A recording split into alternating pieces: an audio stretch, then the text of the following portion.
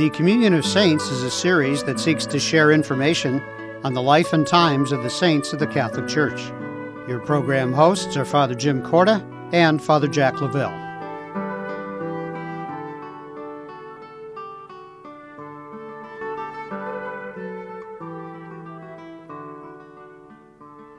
Hello and welcome to this edition of Communion of Saints. I'm Father Jim Corda. And I'm Father Jack Lavelle. And we're going to talk about Saint Cecilia, first of all. Saint Cecilia has a wonderful story in her life and also in her martyrdom. She's one of the few women that are commemorated in the Eucharistic prayer, the great canon of the Church.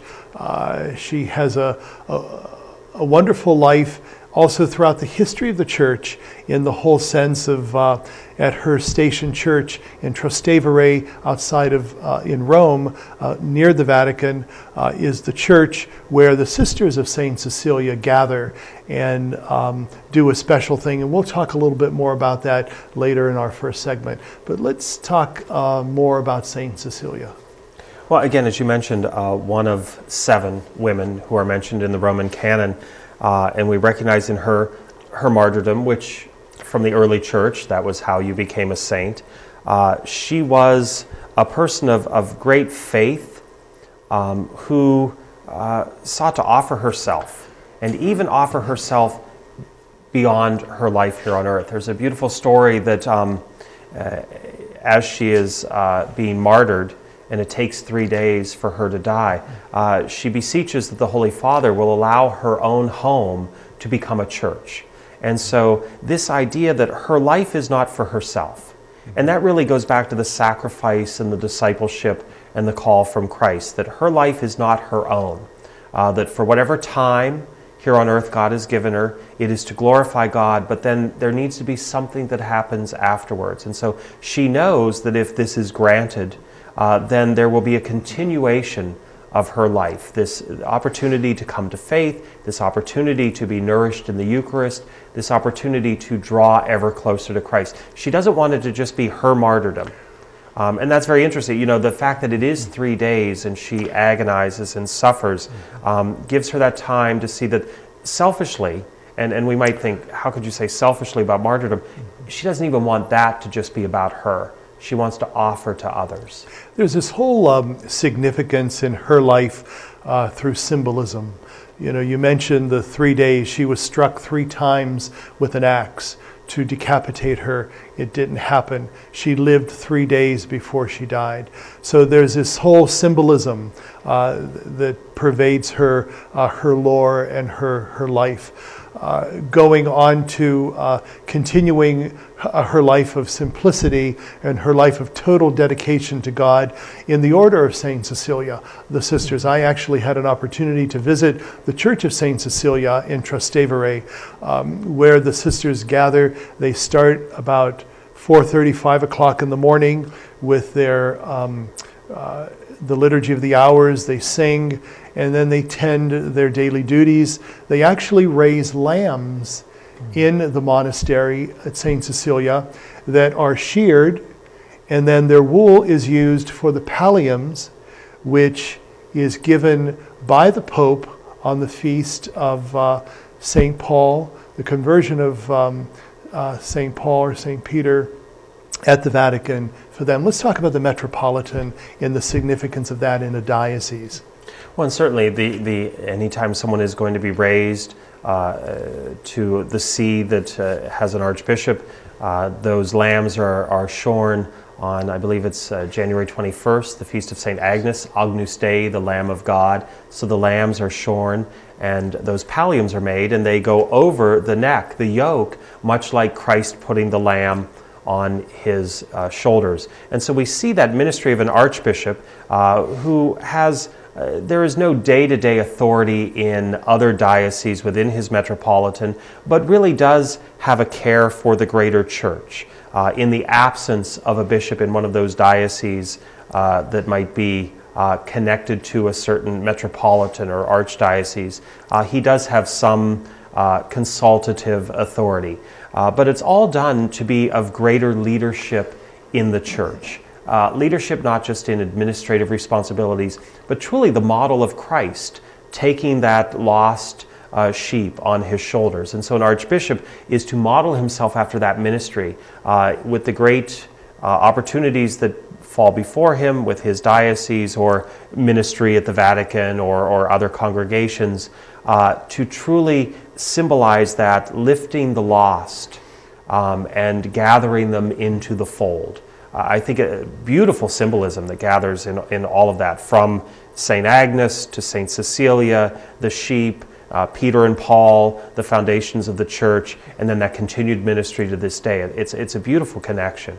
Well, certainly on June 29th, the Feast of Peter and Paul, where they receive the palliums, there's that whole sense that Peter and Paul, who are significant and take their rightful place in the institutional church, but also in the spiritual life of the church, so the Metropolitan does within his polity.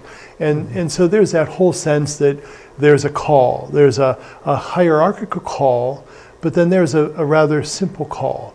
And it was from this simple woman who was martyred for her faith, that would not give up, that in the agony and dying through these 3 days, similar to Jesus's sense of dying and passion, that she implores the church to create this church for all time.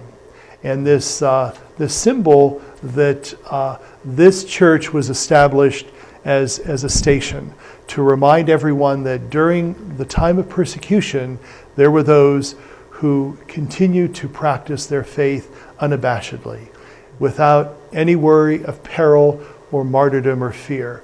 And so isn't that really the call? You know, we are so lucky in our country to experience freedom of practice of our religion.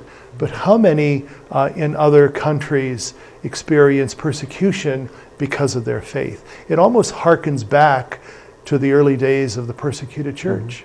Absolutely. And I think we'd be remiss if we didn't also mention then the patronage of Cecilia with music and parish musicians, and that sense of having a song in our hearts, that that we sing the glory of God. As you mentioned, visiting with her sisters when you were in Rome, that singing of morning prayer, and that really is what the office was meant to be sung. It was meant to be chanted and sung by monks or religious. And so we see that beautiful song that permeates our hearts. And that I think it's so beautiful that some of the symbols of saints, we've talked, Lucy with her eyes, and some of the other saints are holding or near some of the images or the instruments by which they were martyred. And in Cecilia we see, as you said, a peaceful serenity. We see a viola or a pipe organ sometimes represents her. Oftentimes in choir lofts, stained glass will have these images that represent her, or at least her herself, but with a greater serenity and a greater simplicity.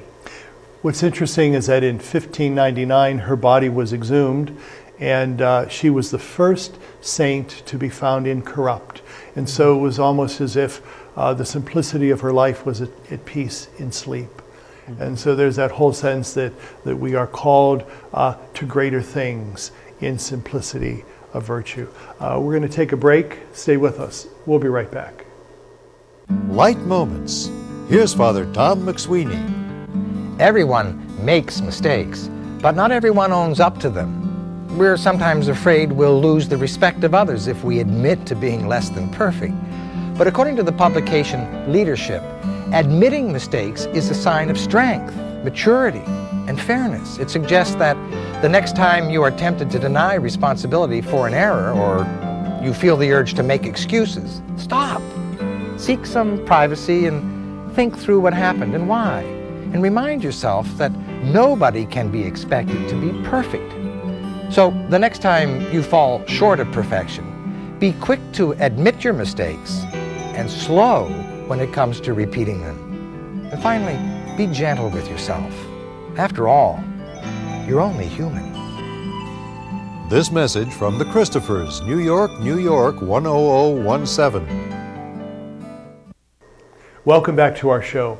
Now we're going to talk about St. Clare, and appropriately enough, she is the patroness of television.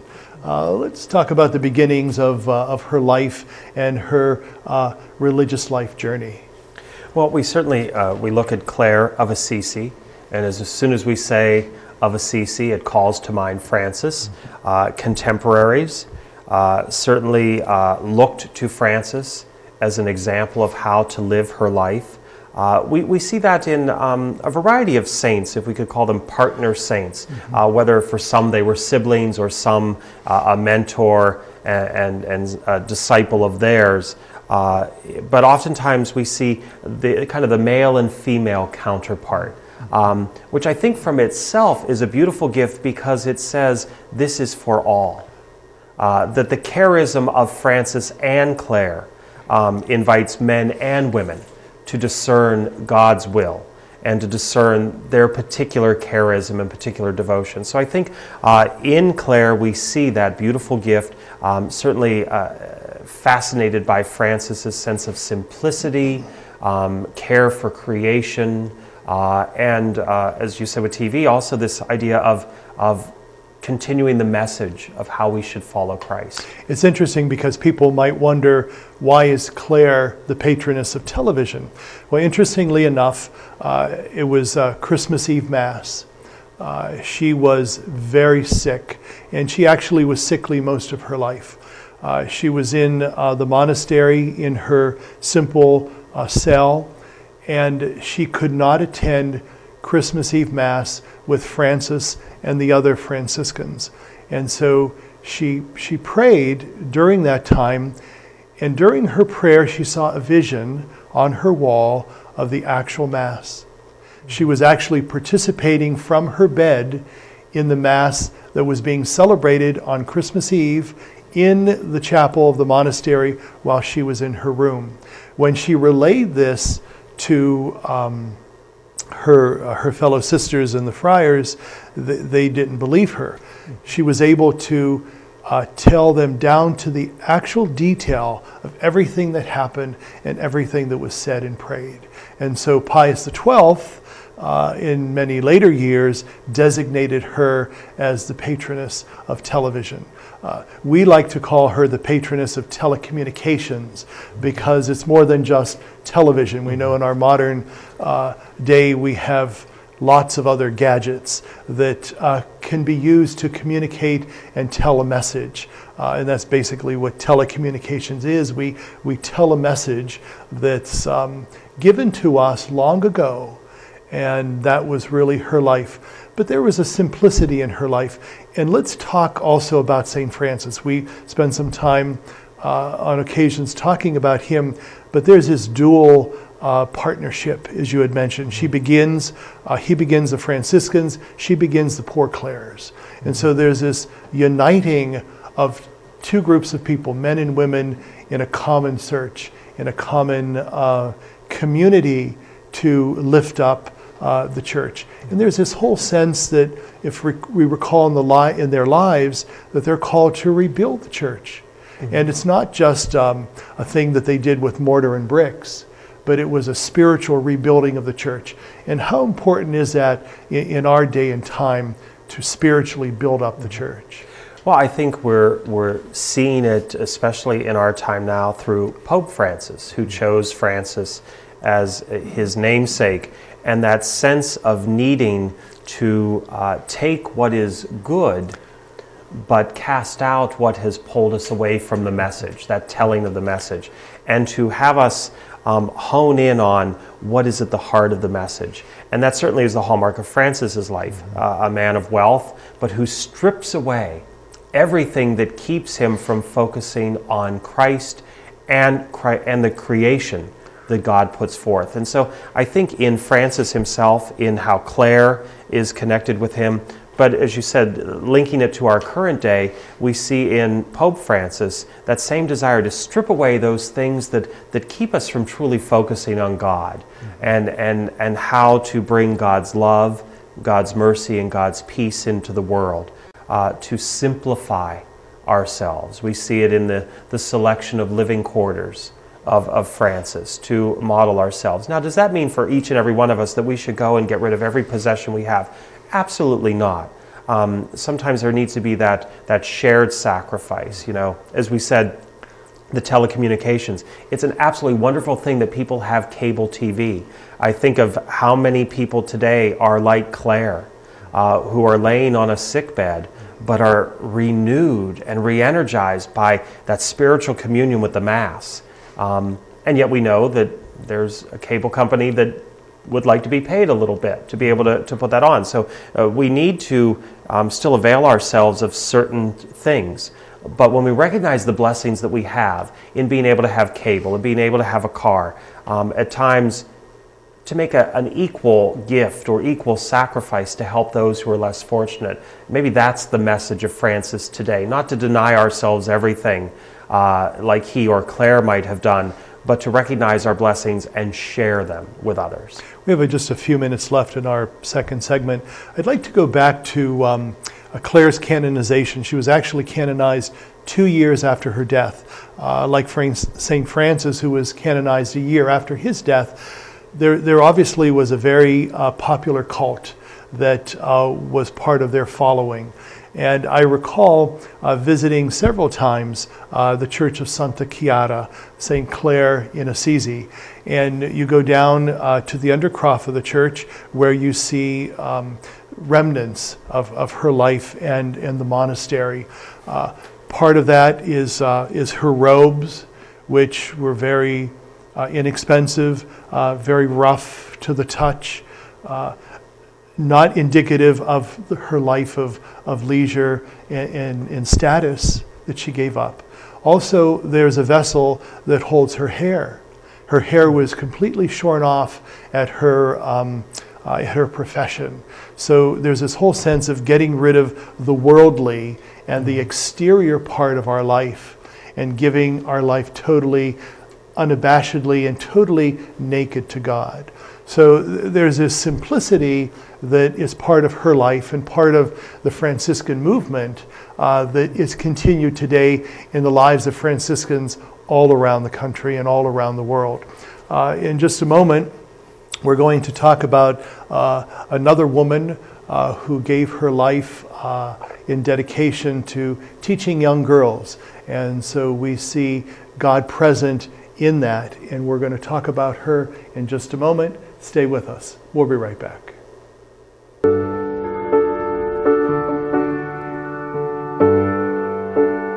There is a place where a total stranger will give you their blood. There is a place where someone you never knew will save your child from drowning. A place where people from 7 states away will turn up at your door and give you food and shelter after a flood. There's a place where a person who doesn't look like you, talk like you, or dress like you will stretch out their hand and put it across your shoulders and say, everything is going to be okay. That place is called America, where we look out for each other, and it's up to us to keep it that way. When you help the American Red Cross, you help America. I am Marino. Yo soy Marino. Marino, an American Catholic organization of priests and brothers, has been reaching out to those in need for nearly 100 years in 26 countries throughout the world. Missioners, workers, volunteers, supporters, we are all Marino. I'm Father Mike, and I am Marino. I am Marino. I am Marino. I am Marino. I am Marino. I am Marino. I am Marino. Welcome back to our show, Communion of Saints. We're going to talk now about Saint Angela Merici, the foundress of the Ursuline Sisters. Let's set the stage. What was the year that she was born and died, and what was perhaps going on in Italy at the time? Well, born in the late 1400s, I think 1474, dies in 1540, so a good span of time. But the Renaissance, a lot of growth, especially in the church, a lot of art, a lot of music, a lot of writings.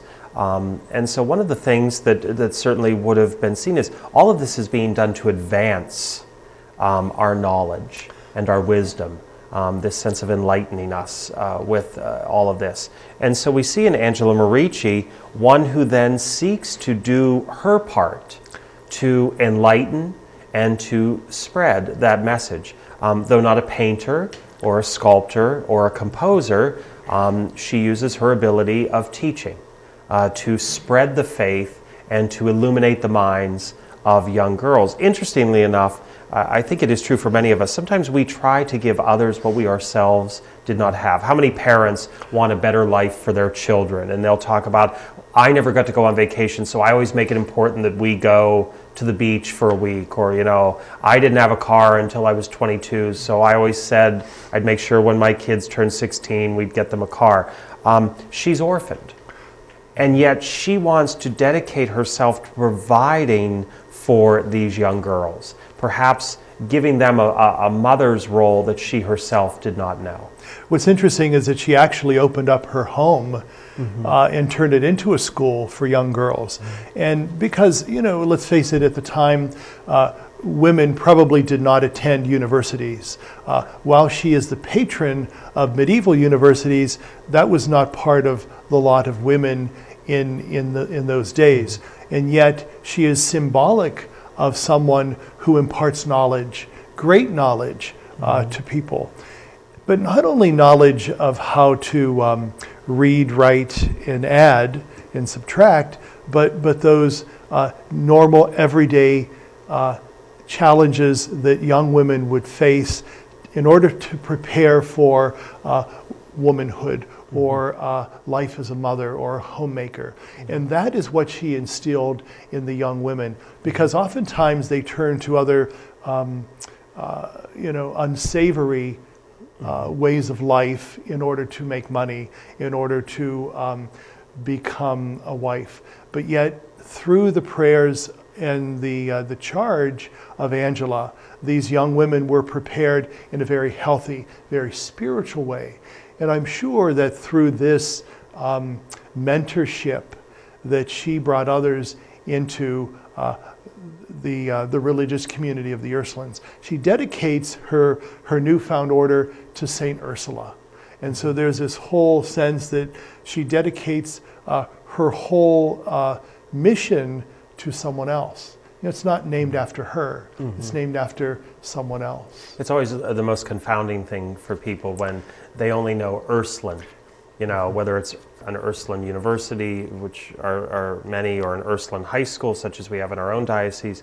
But this idea that who is Angela Merici? And I think just in her looking to Ursula, not only as an example and an intercessor for her work, but then naming it after her shows great humility.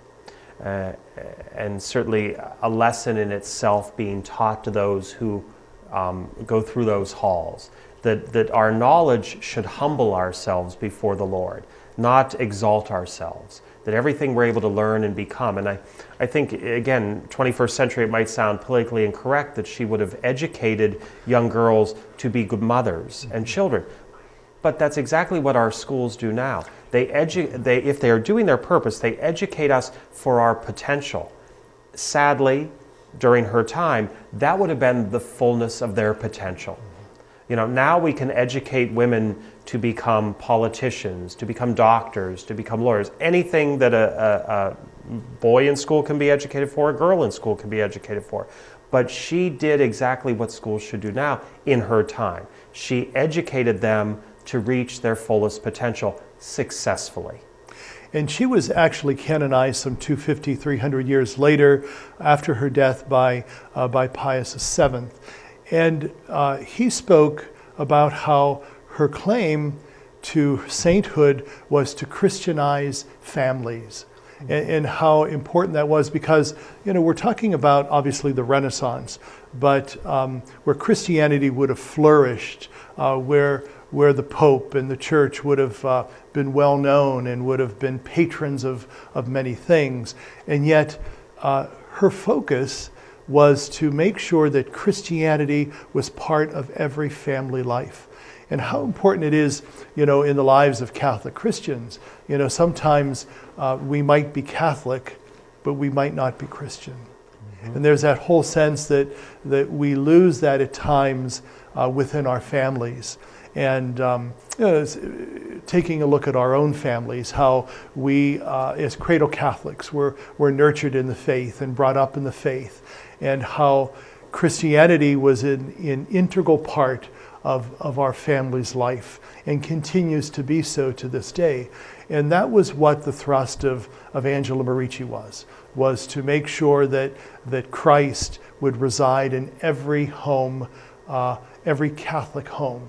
And then hopefully that Catholicism, that Christianity would rub off on the homes and neighbors of others. And so there's this whole evangelization that takes place as well, and doing it through education.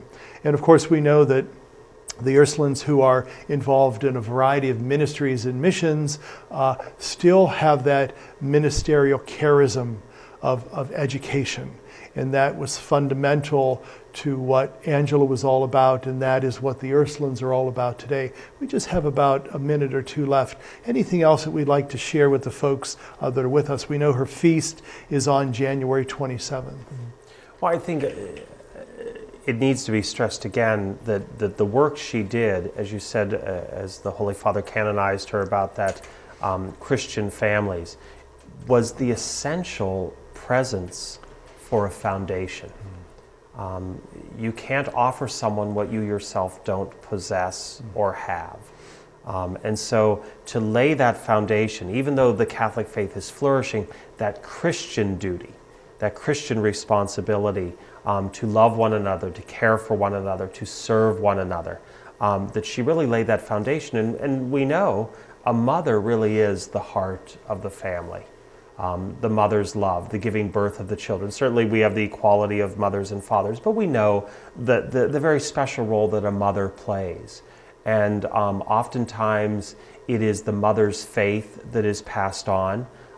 If both the mother and father share the same faith, the mother tends to have the time or the ability to pass on those devotions or those prayer experiences. So we see that she really was laying the foundation for those families to flourish. And we know that from her humble beginnings and orphan beginnings in Brescia in Italy, that her ministry and her charism continues to flourish around the world in so many young women who have joined the Ursuline community, but also affiliate with the Ursulines as well. We'd like to thank you for being with us for Communion of Saints. Have a good day, and God be with you.